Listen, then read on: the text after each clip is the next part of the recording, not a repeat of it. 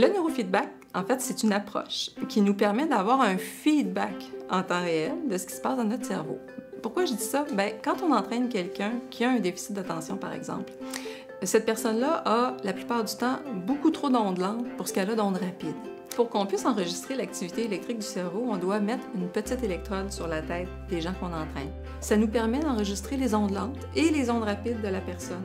Puis c'est à travers cet enregistrement-là qu'on peut, par la suite, coupler les ondes lentes à, par exemple, la vidéo et les ondes rapides à une chanson. Pour que la personne ait un feedback positif, c'est-à-dire que la chanson se mette à jouer et que le vidéo se mette à bouger, il faut absolument que cette personne-là soit attentive et concentrée. On a toujours un entraîneur qui est assis à côté de l'enfant, puis cet entraîneur-là est ni plus ni moins présent pour coacher l'enfant ou l'adulte à prendre le contrôle sur ses ondes cérébrales. Tout le monde est capable de se concentrer minimalement quelques secondes, mais la raison pour laquelle ils viennent nous voir, les gens, c'est qu'ils n'arrivent pas à le faire pendant des minutes et des minutes, ou encore moins des heures. Pour savoir que notre entraînement neurofeedback a réussi chez un patient, chez un client, on prend des mesures, en fait. Les mesures qu'on prend initialement, par exemple au niveau de l'attention, on les reprend à la fin.